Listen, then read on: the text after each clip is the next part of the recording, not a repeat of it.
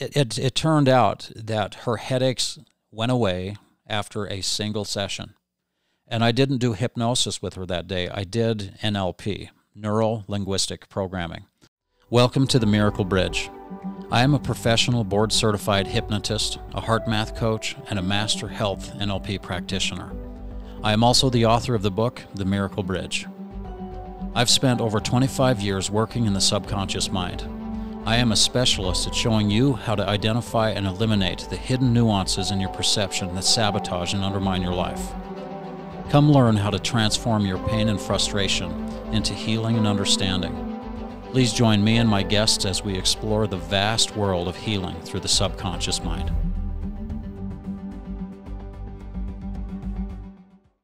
Welcome back to the Miracle Bridge. I'm Mike Simpson, your host, and we're here again with Phil Cook, my good friend. In our previous and first conversation, we discussed some really important concepts around depression and how that has origins from trauma. And we've had a tremendous amount of feedback, people asking for answers to questions that I'd like to bring up today. And so I invited Phil back, feeling like there's a lot more for us to discuss. We talked about a lot in the last hour, and we'd like to dig into that a little bit more. So thank you for coming again, Phil. As always, appreciate your insights and your vulnerability, your transparency. It's an honor. Willingness to serve.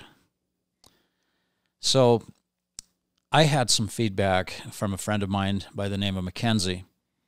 And Mackenzie listened to this podcast, and she was floored by it. She absolutely loved it.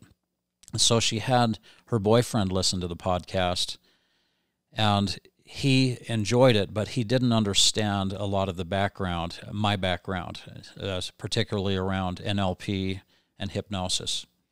And so he was excited to hear about the results that you had, but didn't quite understand how we created those results. Right. And so this is a good time for us to really come together and really talk more of the mechanics of what we actually did, what we did that led up to hypnosis. Right. Now I've had people ask me, skeptics, if you will, critics that didn't think that hypnosis was a viable option. And sometimes I've even had clients that have tried hypnosis in the past where it didn't work. And that's worth discussing here today. Mm-hmm. Why doesn't hypnosis sometimes work? And the answer to that is if you don't do the prep work correctly, then hypnosis won't work. And there's so many issues that or topics that I could cover right now. In our previous podcast, we talked about secondary gain, and I'm just gonna illustrate that again. The secondary gain is an NLP term that essentially tells us that there can be benefits that travel with a problem, and maybe I'll give you an example of that with a girl that I worked with. In fact, the example is in my book, The Miracle Bridge. I had a girl come in struggling with extreme migraine headaches. So she's just a teenage girl in junior high. And when I started to talk to her and kind of feel out the situation, I wanted to discover from her what's the benefit that comes from these headaches. And when I ask that question to someone, I can expect 100% of the time that someone will just automatically reply, there's no benefit. I hate this problem. And so that just simply illustrates from her conscious perspective, she doesn't have any benefits. She can't see any benefits. But as I pushed her a little bit, I started to ask her a little bit about her life. I said, well, tell me about your life. What's going on?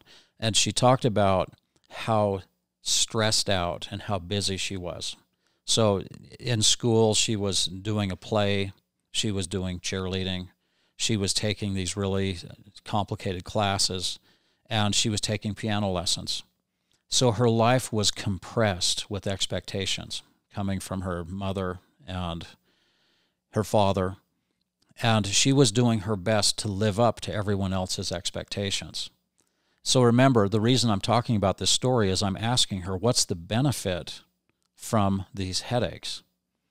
And some of you may be connecting the dots already, but I want to just point something out. A big part of what I do when I'm doing this prep work that Phil and I are going to discuss later is I pay close attention to the nonverbal communication.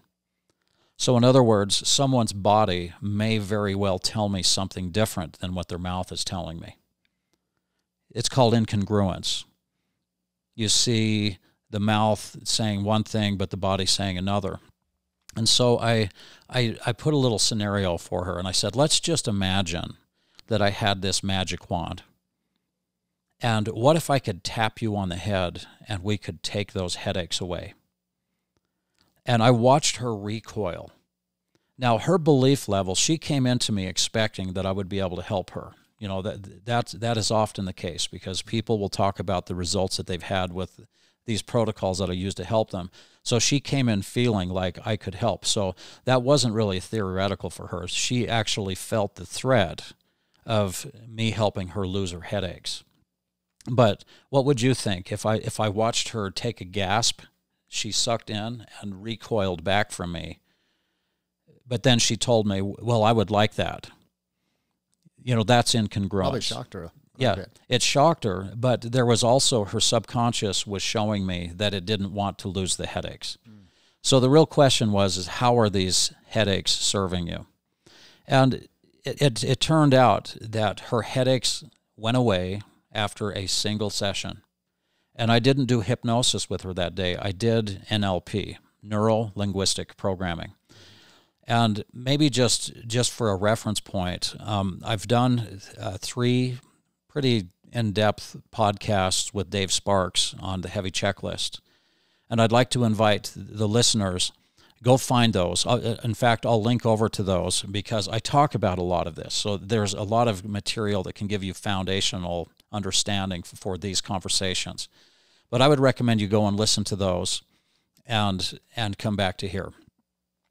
But the point I want to make here, back with the girl and secondary gain, the headaches were serving her almost like a fuse that would blow if there's too much energy or electricity running through the cable. Interesting. The fuse would blow. Mm-hmm. And so when the headache would come, suddenly she couldn't get out of bed. She couldn't do her homework. She couldn't live up to everyone else's expectations. It was downtime. It was downtime. And it was like a good friend coming to visit. She would look forward to those visits, even though she was suffering from those headaches. And what I'd like to point out, the subconscious mind was creating these headaches in order to protect her from this ongoing pressure. To give her a reprieve from it. A reprieve. Interesting. Yeah. And so by me just coming in and trying to use hypnosis and trying to take away the headache, can you see why that wouldn't work or why that's not a good solution? No, you had to get down to the root. Yeah, because this has nothing to do with the headache now. Mm-hmm. The real problem here is she has this value system that she's developing. And I run into this all of the time, especially in religious culture, that there's this concept that performance equals value. Right. You know, and also let's acknowledge this girl's parents' good intentions. Parents want their kids to be productive, right? Let's get involved with something. And so I'm certainly not putting down any of those ideas, but I'm talking about this girl was out of balance because she was so stressed out trying to keep up with demands that weren't realistic. Right. So the conversation changed with her. I was no longer talking to her about losing her headache. I was talking to her about how do these headaches serve you? Well, they get you out of the pressure cooker. They create a reprieve. They create a break. And so instead of relying on headaches to do that for you, I wonder what would work better. Alternate solution. Yeah. And I'm leaving space there for the listener to really think about that because that's a question I ask all of the time. I wonder what would work better than the current problem. So, for example, if someone is struggling with alcoholism, alcohol becomes the escape from the stress of life and from the frustrations with relationships. The question, I wonder what would work better, because I'm not here to take away the alcohol, or I'm not here to take away the headaches. I'm here to offer an alternative that actually works better and that actually fulfills someone's purpose. So I had to teach this teenage girl that the issue was not about headaches, but it was about her learning how to say no. Now, if you think about that, if you spend your life trying to please everyone else so that they'll accept you and you're calling that value, then you're going to do your best to stay up with everyone else's expectations, and you push yourself to the very edge of your capacity. You're burned out. Got to create some barriers. Yeah. And so this is about learning how to create balance. And for this girl, this is the first time where she had ever had a conversation of how do you manage expectations. What do you do if you have a parent, for example, who's pushing you to do too much, and your parent is blinded by good intention? So with this girl, I had to teach her, it's time for you to learn how to say no. And it's time to have real conversations, and so you can imagine the conversation that ensued with she and her mother. I coached her around talking about how can we adapt my life in such a way that I'm not just running on fumes all of the time.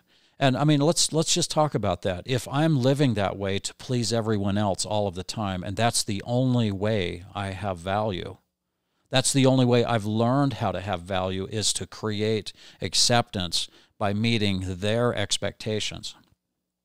And maybe I can never meet their expectations. Maybe they're being really hard on me, and the fact that I can't meet those expectations becomes proof that I'm worthless. So that's the narrative that needs to be revisited. That's what I visited with her that day. And she had to learn how to understand that saying no doesn't depreciate her value. Right. And disappointing someone else, even though you don't like them to feel bad, may very well be necessary for your own balance. And, she's evolving now. She's moving in, to this next stage of her life where she's going to become an adult. And these are crucial lessons to learn. And so think about the positive lessons that came from her headaches at a young age. So listen to this phrase to kind of capture this idea. Pain can catalyze change. Pain can be the catalyst for change. And I very specifically use the word can there because pain doesn't guarantee change, does it? No. And so we talked about that with you, didn't we? Mm-hmm. We talked about 40 years you carried the pain of the loss of your brother that was compounded. It wasn't just the trauma of losing him, but it was the narrative that evolved over that 40 years that you didn't feel worthy to be happy, and you dealt with that by ignoring it. You buried that, and you would keep yourself busy doing other things, and you could become excellent at those other things. And I talked about that before. You became excellent with athletics. You excelled in those things, and you also found self-esteem and value by excelling in those things. Right. But all I'm pointing out here is getting that type of positive feedback and notoriety from being excellent at something can become the perfect counterfeit at avoiding that buried pain. As long as I can have success, then of course I have value. Right. What do you think about that idea? I can say it clearly. It's it was just the counterbalance, like you say. It was just the balance out the sadness and the shame and all that, and it caused me to feel the way I did, shameful. Yeah. But if I could do something that would take my mind away from that, a different direction, excel in athletics or whatever. It was just a different way to, keep me from feeling sad. Yeah. And, the shame of what I had deep down inside me. Yeah. So the question maybe for the listeners, what are you excellent at that you use to hide? Good question. From that pain? That's a good question. And I'm coming back here and I'm saying pain can be a catalyst for change, doesn't guarantee it. The amount of pain, the duration of how long you've suffered is not necessarily relevant. Or is that right? Yeah, relevant. Yeah. Relevant. Relevant. Yeah. There it is. That's better. Relevant. But I have seen people who have carried pain for long periods of time. And the longer you carry it, how do you suppose that affects their disposition? Any idea? Like an anchor. Yeah. A weight. Ball chain. Stay with that. The anchor behind a boat. Right. I don't think you're going to be water skiing if you drop the anchor. No. So it's going to be holding someone back. And so over time, that affects your entire disposition. Does that make sense? Yeah. And the whole mindset. And if that's affecting me, it's infusing into my disposition. It's infusing into my perception of life. Then it's subtly poisoning me when I don't even know it. So maybe I wake up in the morning with only 70% of the energy that I need for the day because I spent so much time tossing and turning while my battery was draining instead of charging while I was sleeping. Right. So these things that we harbor, that we hold on to, can affect us in hidden ways. And over time, that very easily can turn into physical illness. And in fact, this girl with the migraine headaches is a classic example of that. How could someone's migraine headaches just go away after a single conversation? And the reason why they could go away, if you want to talk about the mechanics of it, well, she was being pushed to the very edge. She was running on fumes. And essentially, her body was being filled with stress hormones, cortisol and adrenaline, that her body was demanding so she could have the energy to keep up with all of these expectations and demands. Mm-hmm. And so when your body creates cortisol and adrenaline to give you more energy, that's expensive. How so? It comes with a cost. Mm-hmm. Your body, it has to drum up this energy that happens to be coming from angst. So think about that. It's a question. How much of my life is fueled by angst? And in a sense, that's what she was doing. And so living in that mindset and that body set, if you want to think of it that way, it's affecting her 24/7. And at some point, the engine seizes because you didn't put more oil in the engine, right? And for her, instead of the engine seizing, the fuse would blow, the headache would come, and it would require that she has 3 or 4 days to stay down in bed and do nothing. And by the way, another secondary gain that would come from that is there's extra love, there's extra attention that comes, all of those people who have expectations will actually lessen those expectations but still offer the acceptance. But man, I don't want my kids to learn how to feel sick to get attention. And what if I'm doing that inadvertently and I don't even know it? It's just, I just start to get in these down times and I just notice people seem to be nicer to me. Mm-hmm. And sometimes the subconscious mind will take note of that, and the subconscious mind will create an irrational solution. And the irrational solution can be sickness. Yeah. And the attention that you get when you're down. Yeah. And the praise and the added, say, love or attention. That's right. And so think of the limitation there. We talked about limiting beliefs. If my subconscious mind has imprinted on this idea that people are only kind to me when I'm sick, You're going to become a hypochondriac. You will become a hypochondriac.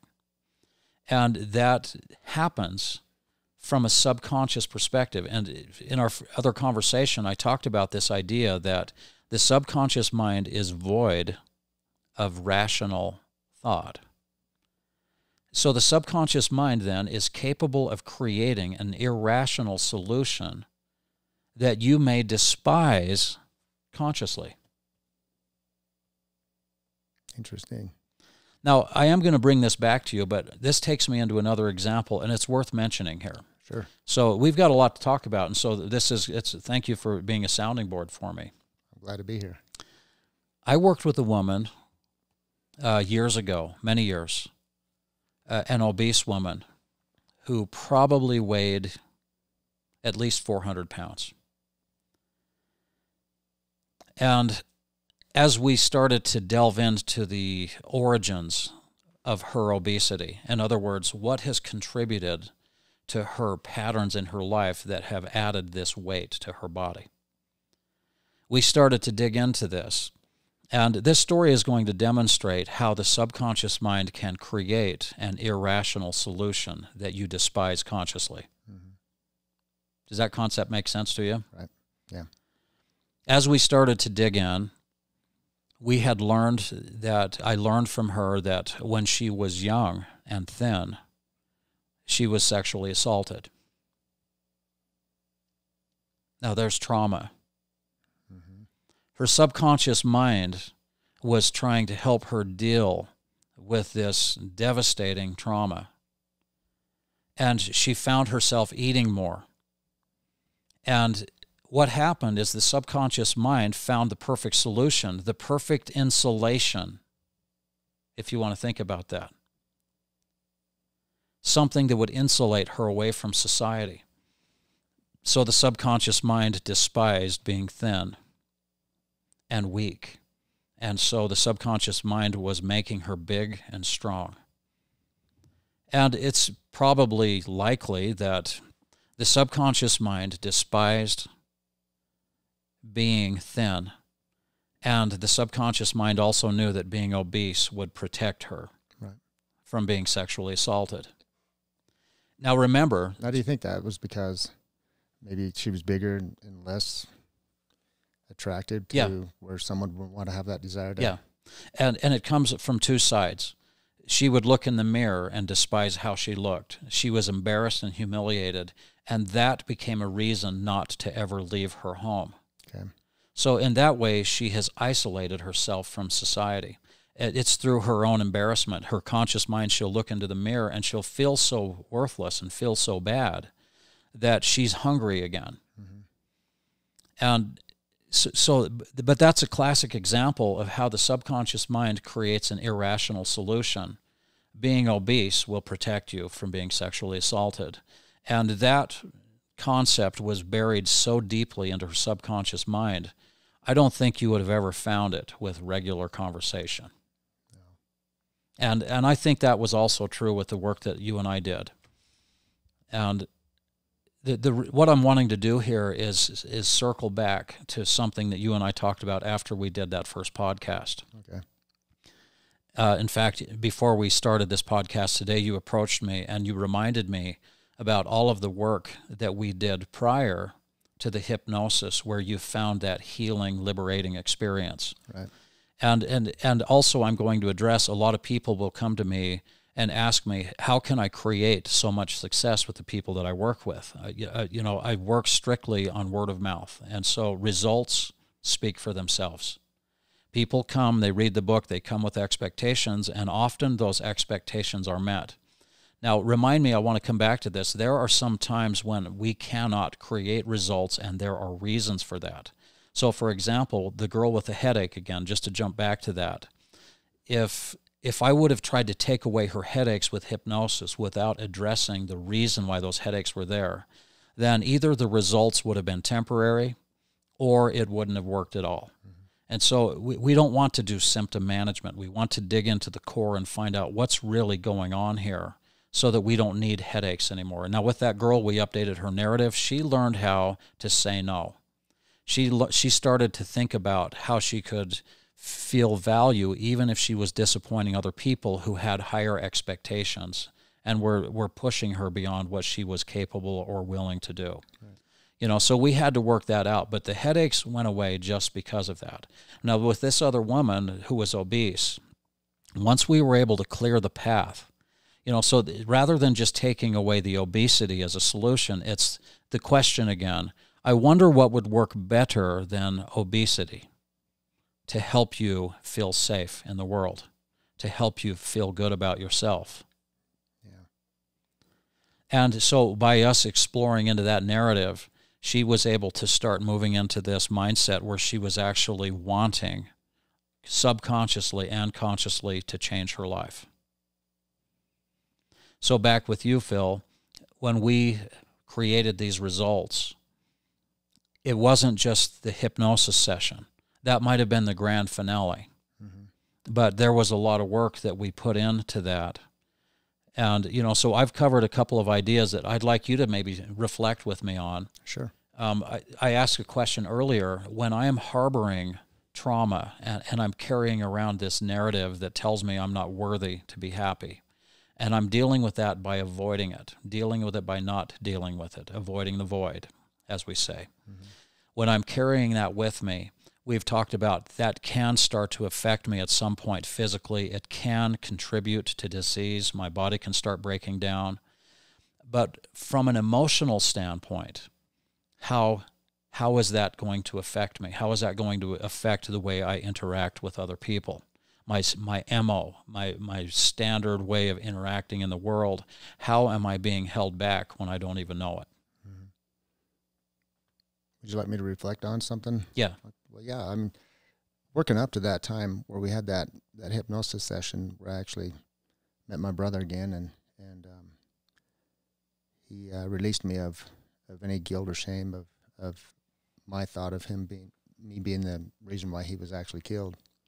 There was a lot where I was actually coming to you quite a bit just for other stuff, personal stuff. I'd been through some divorces, and I was the common denominator in those divorces, and I'm thinking to myself, what's wrong with you? You got to figure yourself out. And so I took a total reprieve from relationships, dated a little bit over the years, but just wanted to work on me, and come to find out that with those sessions with you, and I had another counselor as well, I was pretty dependent when I thought I was independent. And the patterns that you came up with as we went through the years of my relationships and divorce and so forth, I just bounced from one relationship to another and never stopped for healing, growing, just to figure things out. Can I interject something here? Sure, yeah. So you had been through some divorces, mm-hmm. and when you and I really got back to work again, you came back after a really painful divorce, mm-hmm. and you were really dejected and really low. Mm-hmm. And we hadn't really uncovered that narrative that I don't deserve to be happy, right? And so this goes all the way back to the trauma at the loss of your brother, that terrible, tragic loss, devastating loss. And remember that we talked about how you learn to walk with a limp, an emotional limp, right, after he was killed in front of you. Mm-hmm. After you lost him, and you carried you carried the world on your shoulders, and you ignored that. And what I'm trying to link together now is I want you to just think about, you were carrying a worthless narrative. And then we flash forward to present day, and you've gone through a divorce, another failed relationship, and you come to me and you're like, Mike, what's up with these divorces? You know, what does this prove about me that this keeps happening? And this is where I want anyone who's got regret from their life. I'm not about finding judgment in that concept. What I'm interested in doing is to find out the origin that contributes to the breakdown of these relationships, and that pattern that creates breakdowns keeps repeating. Right. So I can separate your value from that and say that has nothing to do with your value. The broken relationships has nothing to do with your value. What it has to do with is something that you are doing is contributing to a breakdown, And I'm certain that you aren't consciously aware of what you're doing. Right. Okay, so in other words, you're living, you learned how to desensitize yourself after the loss of Ronnie. Mm-hmm. And remember, you learned how to just avoid those emotions. And so your world goes from color to black and white. Right. You mute. Oh, that's a good way of putting it. You mute life. Yeah. And so you really build this barrier that I actually am afraid that I'm worthless inside of here. And I've used this phrase, I use this in the Heavy D podcast. And in fact, it's titled, "If You Knew Me, You Wouldn't Love Me." But can you see how active that was? If you knew me, you wouldn't love me. And so there's really this hidden perception that requires to hold people back if they get too close. There's an alarm system that triggers that I have no concept, I have no control over, but it can magically, mysteriously sabotage and undermine my life. If you get too close, the alarm system goes off, and I will inadvertently push you away. Right. And consciously, I will not have a clue as to why that's happening. I will be oblivious to it because I've spent my whole life living muted. That's just as good as it gets. That's just normal. That's just my normal, right? And so I'm going to take this back to you again. I want you to think out loud with me how after the divorce, and you're at that real low, and you're starting to think, gosh, this has happened enough times that I already don't feel worthy, and that wasn't necessarily a conscious thought, but there was a lot of worthlessness that you already felt. It was like lack of self-love. Lack of self. A lot of that. So this came down to. This is compounding. Right. Yeah, it turns out as we went through this, and we had some sessions, NLP, and some of the counseling stuff that we did, it come down to that I was very dependent on others, and that's why I bounced from relationship to relationship. And the root to that was because I lacked my own self-love. Wow. I didn't love who I was. Wow. And I was ashamed of who I was. Yeah. And so that's where I took a couple of years of just no relationships. I dated now and then, but nothing serious, just to work on me and to figure me out. And thanks to you, got to that point to where I didn't care if I had another relationship. I didn't care if I got married again. And It's not that I'm a woman hater or I have anything against being married. Yeah. Because I think those things are great. It's just that I just got to where I enjoy me, my life, my family, what I have around me, the blessings, all the good and great things that were around me. I became more aware of it. My soul grew. Well, it healed and grew along with my heart. And yeah, that's what I needed to do. Yeah. And that's where we've gotten to. Yeah. But that was kind of the prep work to get me up to the point where I think where, my brother Ronnie came into the picture. Because now I was more vulnerable. I was more open. My soul was open. My heart was open. My mind was open to new things, to more love, to receiving and giving. That I think that was the opportunity where my brother saw the window and followed me in that day. Well, in our last podcast, we talked about 40 years he had been trying to get that message through to you. Right. But that message contradicted your internal hidden narrative. Right. That reinforced the perception of worthlessness. Right. And there was no way that he was going to be able to really make a breakthrough with me until I let down those walls and I become vulnerable and I learned what I was and how I was broken and how until I repaired that and got to a point where my soul was open, my spirit, my mind, my heart was open, there was no chance of him actually having any breakthrough with me. Wow. Well, you touched on some really important topics that we just walked through. You talked about you were dependent on others, right, because you didn't learn how to love yourself. Right. Now, let's just acknowledge that concept for a minute. For the listeners, let's talk about that. Yeah. When you're raised through this environment that you've been through, it was the perfect storm, right? Yeah, it was. And so... You're talking about being raised around domestic violence and that type of atmosphere growing up? Yeah. And we haven't talked about that much here, but there was domestic violence going on in your life through your childhood. There was divorce. And many of the people listening here have been through that as children. They've watched their parents go through divorce. And, so I'm just saying that the whole environment in which you were raised, coupled with that trauma of losing Ronnie, what were your chances really of learning how to love yourself up to that stage in your life? Based on what I know now? Yeah. Oh, it was next to nothing. It was zero.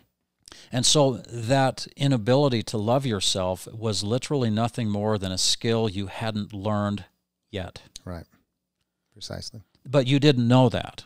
I had no idea. Now, I want to add one more thing because, Phil from the outside, so I grew up with Phil, and he was always a girl magnet. It always happened. The girls always liked him, and I always hated you for that. I'm just kidding. But when I look at your facade, okay, you're strong, you've got a strong body, you're handsome, you're smart, and you can command someone's attention. So there was never any shortage of girls or women who were interested in you.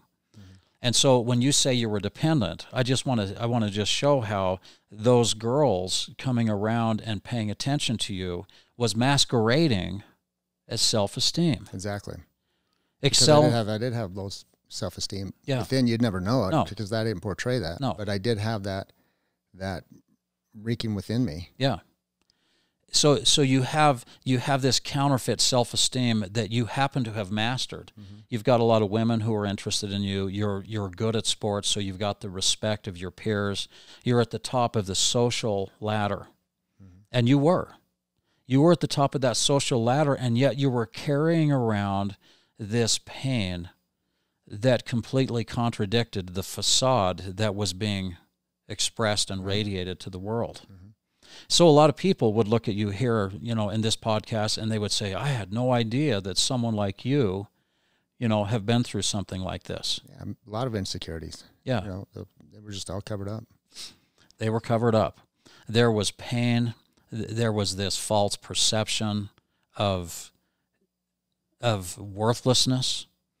There was a narrative that reinforced that. There was a denial where you ignore that. And then there was this hidden time bomb, if you knew me, you wouldn't love me. And I'm just showing you cause and effect. Mm-hmm. That phrase, just think of it, cause and effect. It became a driver. Yeah. That low self-esteem that nobody ever knew that I was feeling inside is at the same time, it was a driver, it was a motivator to excel in other things, to put that in the background. Wow. To put it in the background. So it became your focus. Mm-hmm. And as long as my attention is over here and these people are approving of me, they think I'm good at athletics, they think I'm handsome, they think I'm smart. As long as I have that, then I feel okay. But then when you get into a serious relationship and someone starts to get too close, they're going to start asking painful questions. Right. And in fact, you had talked to me about this. How did it affect some of your previous relationships? You talked to me about talking with your ex-wife who had learned some really important insights that you and I discovered many years after that divorce, mm-hmm. where she came back all of these years later and said, no wonder. Right. But I had no idea at the time. And she was angry at you because she was trying to get closer. Mm-hmm. And you were angry at her for trying to get closer. Subconsciously. Right. Your alarm system was set. She wasn't allowed to come closer, and you didn't even know that. Right. So you weren't consciously doing that, but you were, perhaps like a dog that's been hit by a car that you're trying to comfort and it bites you. The alarm would go off, and someone getting too close, if you knew me, you wouldn't love me, I don't deserve to be happy, and that's rattling around behind that wall. And yet it would be easy. There's others out there who can give you that acceptance that you're no longer feeling from this person who's getting too close for comfort. Any thoughts around that? Yeah, I know exactly what you're talking about. My mother of my children, it was like that every February. We mentioned that in the previous podcast, that February would come around and it was just automatic shame, sadness, stress, depression, more depression than anything, because that was when it was really heavy, because that's when my brother was killed. And her birthday would be in February, and I just wasn't right. I was in that depression. I'd hit that funk. It put me in a whole different mindset. And she was the type of wife that liked to celebrate her birthday 4 days before, the day of, and 4 days after. The birth month. The birth, yeah, pretty much. And I just wasn't in the mindset, or spiritually, or mentally, because of the cloud. The depression, being closed down, the oppression that was unspoken, and also the guarded oppression, because you would deal with it by not dealing with it, and if someone else tried to deal with it with you, right, they could violate that whole MO that you had spent a lifetime building. Just stay away from that. Right? Yeah, and just create a wall, that wall there, that you're not going to get past this wall, and so it gets uncomfortable. I'd probably get a little bit defensive and push back. Yeah. And so basically then, cause and effect that we're talking about, you hadn't learned how to love yourself. There was this hidden, worthless narrative, and there were these distraction strategies. As long as I'm focusing on these things that I'm excellent at, it can masquerade as self-esteem, and I can pretend that that's self-love, because I don't know what self-love is. Right. And in fact, these divorces that I've now been through, coupled with that childhood, I mean, can you see how we can start to put all of this together, and how that actually reinforces that worthless narrative? Oh, yeah. Well, I've been divorced this many times, and that even proves that I'm worthless. And so, so I had to do the NLP with you to go in and separate this out. And this is the work that I did with you. So the listeners are hearing some of the results that we were able to create by cracking that walnut. Yeah. There's a lot of prep work. And it took a big hammer, right? Yeah. It did. And it was scary for you, wasn't it? It was like I was leading you into a place that was unfamiliar. It was. And you even noticed some of those signs, those walls and barriers going up when you get close to that. Yes. To the meat of the problem. That's right. Now, it's very common, by the way, when I work with someone, they'll get very upset with me in the first couple of conversations. Because there's no healing without accountability. And for me to bring you to a place of accountability wasn't to reprimand you. It was basically to say, the way you're acting is affecting people negatively, and you don't know it. And if you'll never acknowledge that point, then how do you change this? Right. You got to break down. They got to be vulnerable. Yeah. But they got to get there. Yeah. It just doesn't happen. Yeah. Now, listen to this phrase again. I used it a couple of times earlier in the podcast, but listen to how profound this is. Pain can be the catalyst for change. Sure. And the reason I use can is because it doesn't guarantee anything. Pain, for you, that divorce turned out to be a blessing. Right. Right? Because it finally tore the facade completely off. Yeah. And you fell to the ground in a heap and saying, these things that I used to do that brought me, it's like we're older now. It's like, where's the athletics now? And just life changes, and the things that your old go-to is no longer in your pocket to just pull out and magically create some kind of acceptance with someone with the snap of a finger. Yeah. No longer an arrow in my quiver. That's right. Which turned out to be a blessing. Yeah. My hiding place is no longer available. And by the way, what I just said right there, my hiding place isn't working anymore, that is the recipe for what most people call anxiety. Yeah, I can see that. I keep reaching for the arrow in my quiver, and it's not there. Mm-hmm. Where's the arrow? Where's the arrow? And the more I reach for it, the more upset I get. So my coping mechanism, my survival strategy doesn't work. Mm-hmm. And how could God do this to me? After everything I've been through, I've prayed to God. He doesn't help me. I'm angry at God too. Maybe God doesn't exist. And I'll tell you what, I'll see fireworks with a lot of my clients when I bring God into the picture. Yeah. When I had the wellness center, I had a woman who came in. She flew in from another state.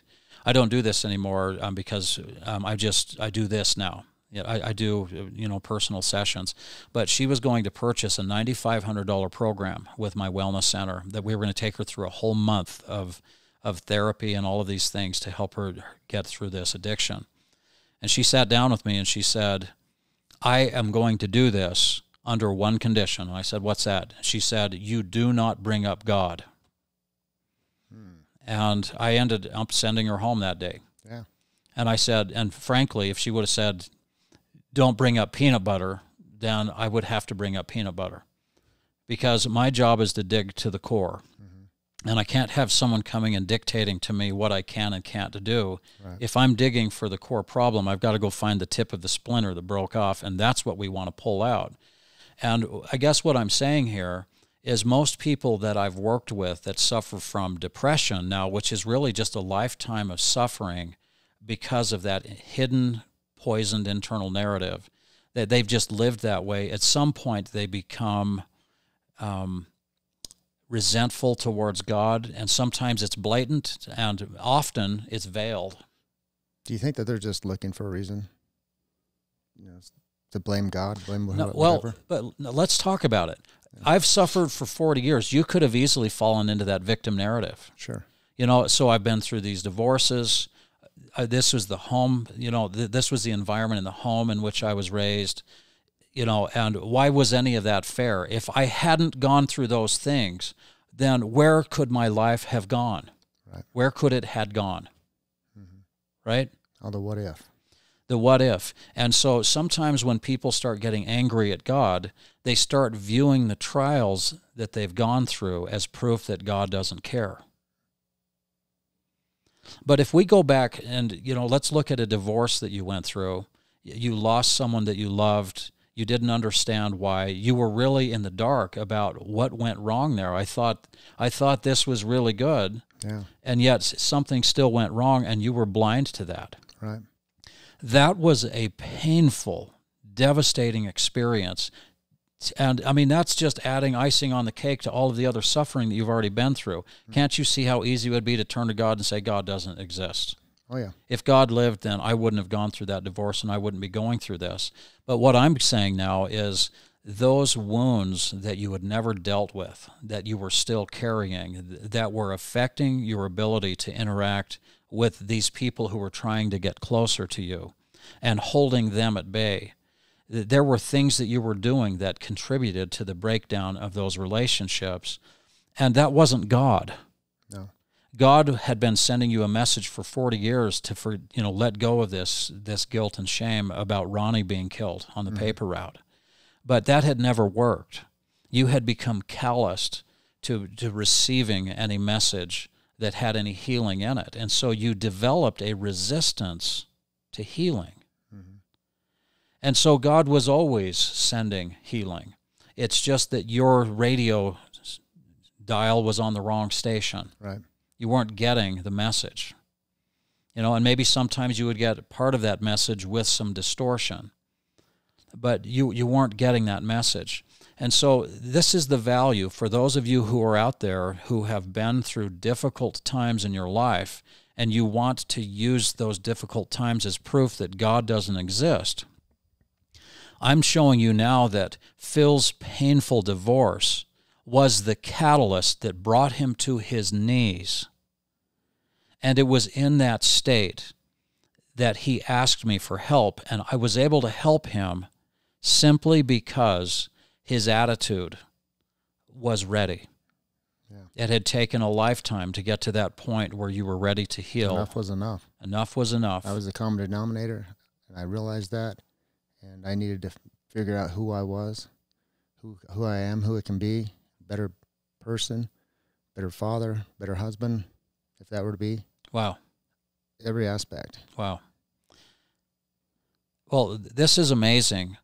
You used to deal with people getting close by barring them out, not even knowing, Right. you know, and hiding, right?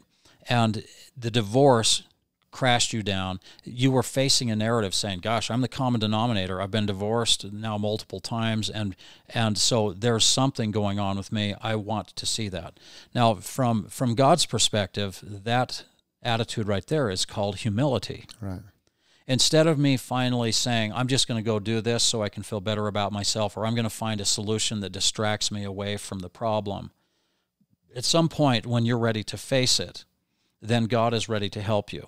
And he's always there. Mm-hmm. The moment that divorce happened, God is an opportunist.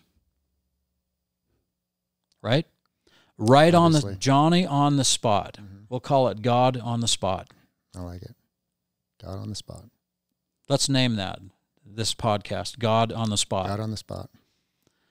So as soon as you're humble, as soon as that veneer has been ripped down and you're no longer working in that denial, then you and I can start revising the narrative, because this is exactly what I helped you with. I was going to separate your value from the divorces, mm-hmm. and say, rather than these divorces proving that you're worthless, what I'm saying is these divorces show that the patterns that you've learned in your lifetime are unhealthy and prevent people from getting closer to you. Right. Now, I want to like contrast that with a text that you just had me read. Mm-hmm. A new friend of yours who you allowed to listen to our podcast, mm-hmm. and by her watching you be vulnerable and transparent, it's opened something up inside of her.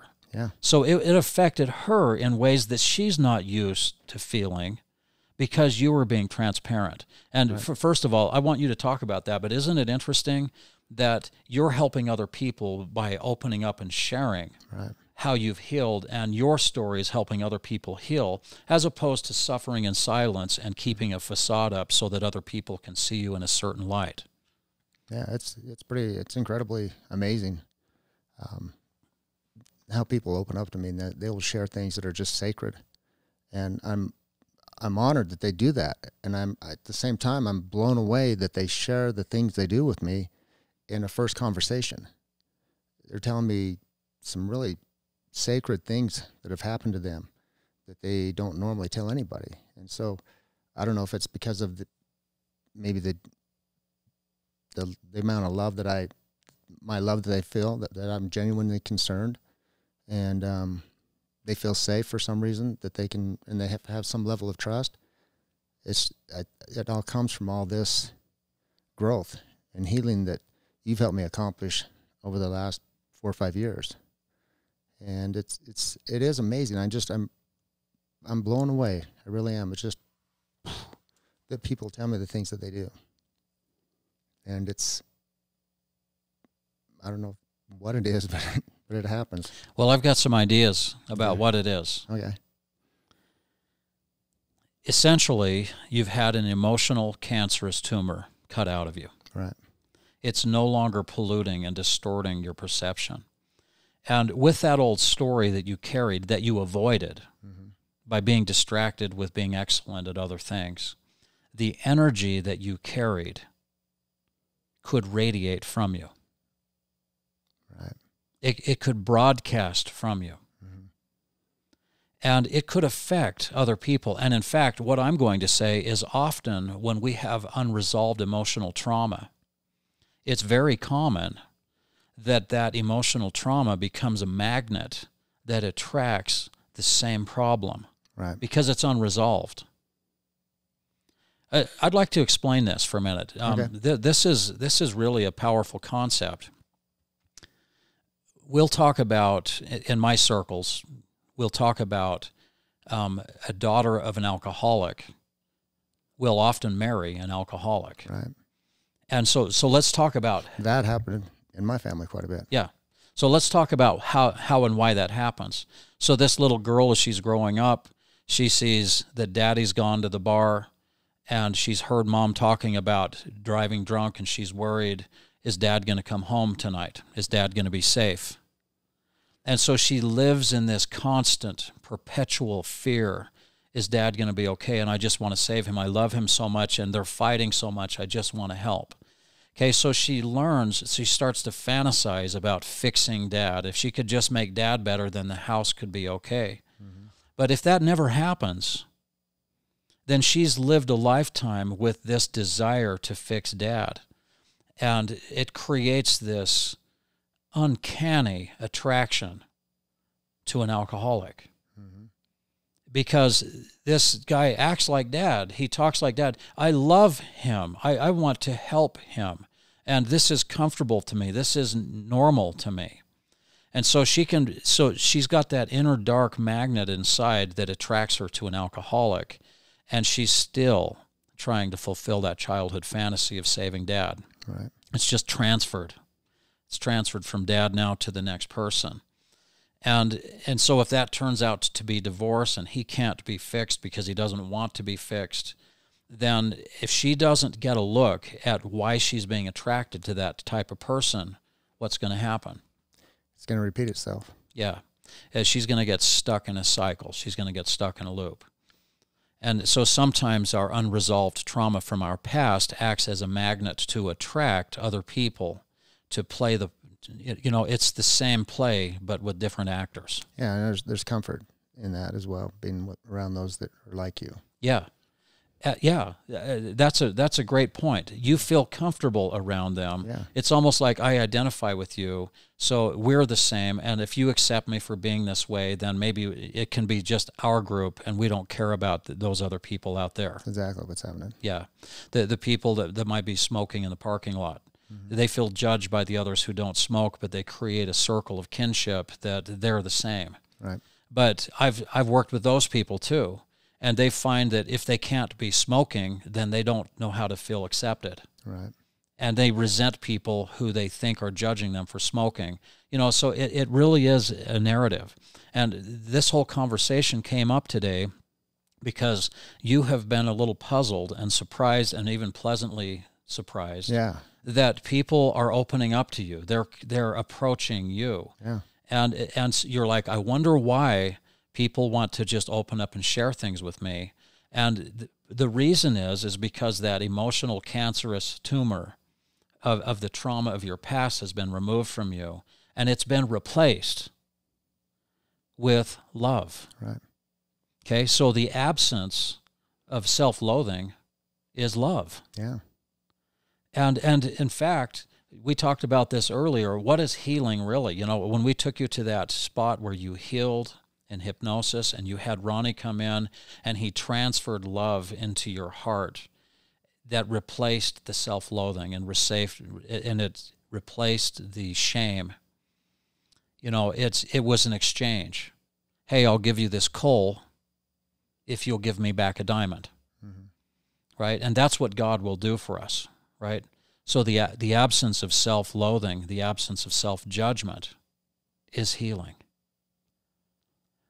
The title of my book, The Miracle Bridge, Let Go and Let God Heal. The first step in healing is to identify what is it that I must let go of so that God will take it. And I've seen failed miracles. I've done all of the hard work, the rototilling process, I call it. Mm-hmm. I've done the hard work with people before we get to that healing space. And I've seen it fail, because someone using their free will clings on to the unforgiveness. Right. Because it serves them in some way. And if I won't let go of it, do you think God can take it from me? Mm-mm. There's no way if you don't. He absolutely cannot. It's not that he won't. He cannot take it from me because he honors free will. Right. And so that's another thing with free will and hypnosis that's worth mentioning here. Some people think, oh, I can't do hypnosis because I don't want you to take away my free will. That doesn't happen. No. With hypnosis, I simply help you shape. Well, in NLP, we shape what's the objective we want to accomplish here. Let's chop it into bite-sized pieces. Let's figure out what we really want to accomplish here. Let's not just take from you your suffering. Let's replace your suffering with self-love. Mm-hmm. And if we do that, I can promise you that you're not going to experience depression. Right? Well, I can back you up on that. That's right. And I've experienced it. This is a reality. This is Phil's miracle. Yeah, it really is. Love replaces self-loathing. And free will and attitude, it plays a part.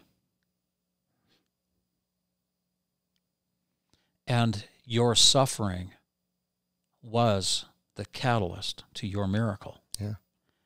And so it makes you wonder.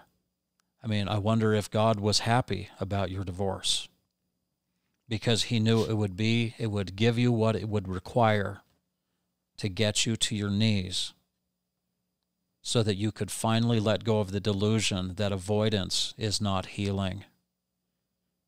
Distraction is not healing. Yeah. Dependency on others is not healing. Healing is when you let go of the delusion and God takes it. Yeah. And he replaces that suffering with love. Fills the reservoir. Yeah. With love.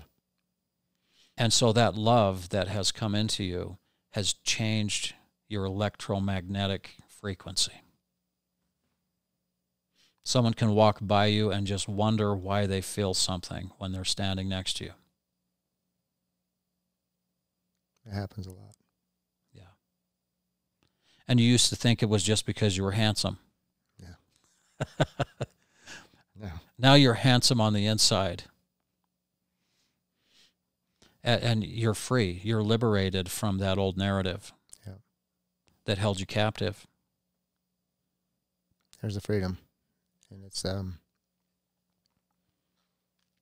sometimes it's not really that can be explained in mortal words.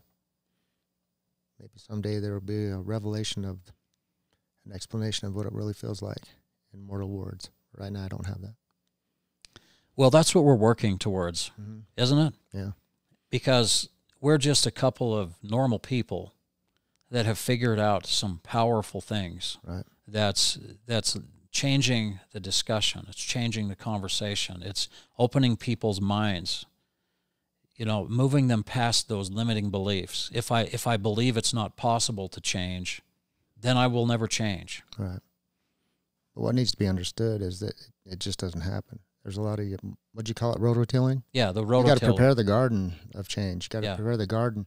Your own soul has got to be vulnerable. You got to have some humility to be open to look at yourself and say, what is my problem? I know I got problems, and they're not getting me anywhere. I got to figure it out. And if people don't humble themselves, become vulnerable, open their soul, open their spirit, their minds to who they really are and who they can really be, it's not going to happen. You got to prepare that. Yeah. Rototilling. Yeah. The hard work. The rototilling can be painful. Mm-hmm. It's going to dig up the rocks and the roots and the sticks and the debris, and we've got to move that out of the pile, and then we get to decide, what are we going to plant here? So remember, good point, yeah. This wasn't ever about what will we take away from you so that you can be happy. It's about what can God replace that you've been carrying around? What would work better than guilt and shame and self-loathing and distraction? What would work better than that? Yeah. I think the main first breakthrough I had with you is when I could help you separate the divorces that you went through as proof that you were worthless. Because that old narrative was, because that kept happening, it was proving that you were worthless. Right. And that was leading you to give up. Yeah. I've got all of the proof I need that I'm worthless, so what's the point of taking another step? Mm-hmm. And we call that depression. Yeah. Here's an interesting point I think you'll find a little fun to think about, is that people will ask me now, you know, because I've had multiple marriages, divorces, and so forth, and they're like, well, you probably a woman hater. You probably don't ever want to get married again, and those types of things. And I'm like, no, not at all. I said, if there's a time that I'm more qualified to be married, it's now, because of all of my failures and the things I've learned from them. It's not that I'm looking for it, because I'm happy with my life. My family's growing, my life's growing, my soul, my being, everything about me is growing and going in a great direction. I'm happy with where I am in life. And if a relationship comes along, someone swoops, you know, steals my heart, fantastic. That's just sprinkles on my cake of life. I got a great cake, and it's tasty. Just, I like it. But if someone comes along, great. I'm still open to it, but I'm not looking for it. Yeah. Because I'm happy with me. And most importantly, not only, it's not that you're not looking for it, you're not relying on that. Mm-hmm. Not dependent. Yeah, not dependent. Not dependent. And very, very important phrase. Thank you for really clarifying that point. Yeah. You don't have to have someone else come in to overcompensate for an emptiness that has plagued the majority of your life. Mm-hmm. I was just talking last night with this friend of mine, and we were talking about, if I have a relationship in the future, that's okay. I'm happy with me, but I can't make anybody else happy. And if I come across somebody that I like, or they like me, or whatever, first thing I want to find out is if they love themselves, if they're happy with themselves, because I can't make them happy. I can influence things in life, but I can't make anybody happy. So if she may be happy with her and has that self-love that I have, that might work. Yeah. Well, it probably will work. Yeah. Because that's kind of the foundation of how it all goes. And listen how amazing your insights are right now, that you can proactively be aware of these things before you get into a relationship. Right. Where in the past you may have been drawn into relationships. For those same things you were talking about earlier. Yeah. Because of the same imperfections that I had, I felt comfortable with other people that had those same things. Yeah.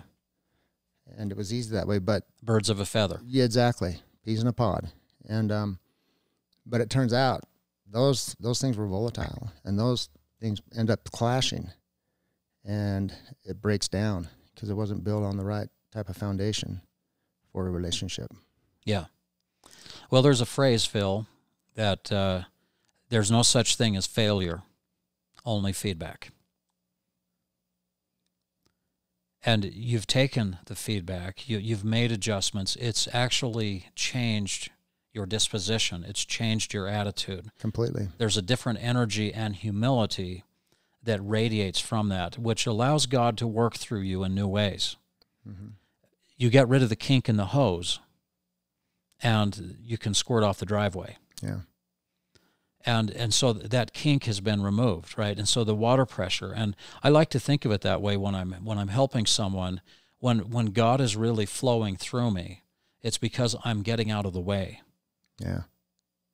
That I'm not allowing my own internal garbage to block him and to pollute what he's trying to send through me. If I can become a clear conduit and God can work through me, sometimes if someone has the right attitude, one of my clients, if my client has the right attitude and wants to know, then God will help me show them what he's been trying to show them. Right. And they haven't been able to hear because their narrative just makes it impossible for God to reach them. Right. So sometimes God will use someone like you or someone like me as a middleman to help with this, to help uncreate that old narrative. Destroy it, unlearn it, yeah, decreate it, tear it down, and then replace it with something that works better. Right. And so you go from ruin to rebirth. Oh, wow. And that's the phoenix rising from the ashes. Yes, it is. And you're the phoenix that has risen from the ashes. And this miracle that happened with this person, Phil, can happen with you. And so in closing today, I want to invite you to do some reflection. I want you to think about, what do you harbor that affects your attitude? What are you holding on to that God wants to take? And what are you blaming God for?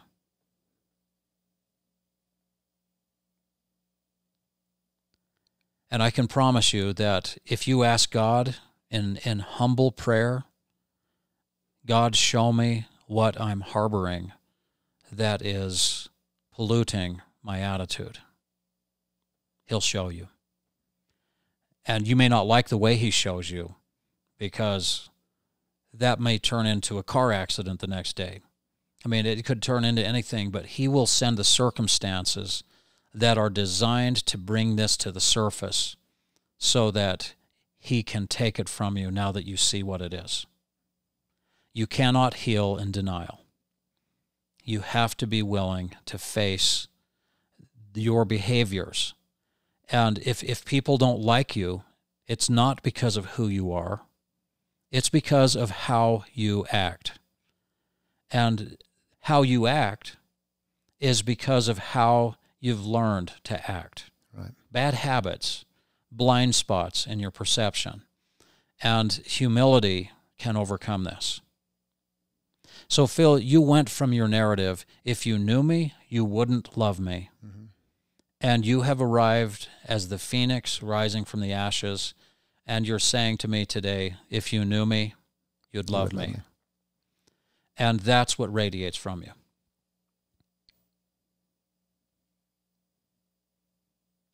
Well, this has been a very empowering conversation. I hope that it's benefited you as much as it's benefited us.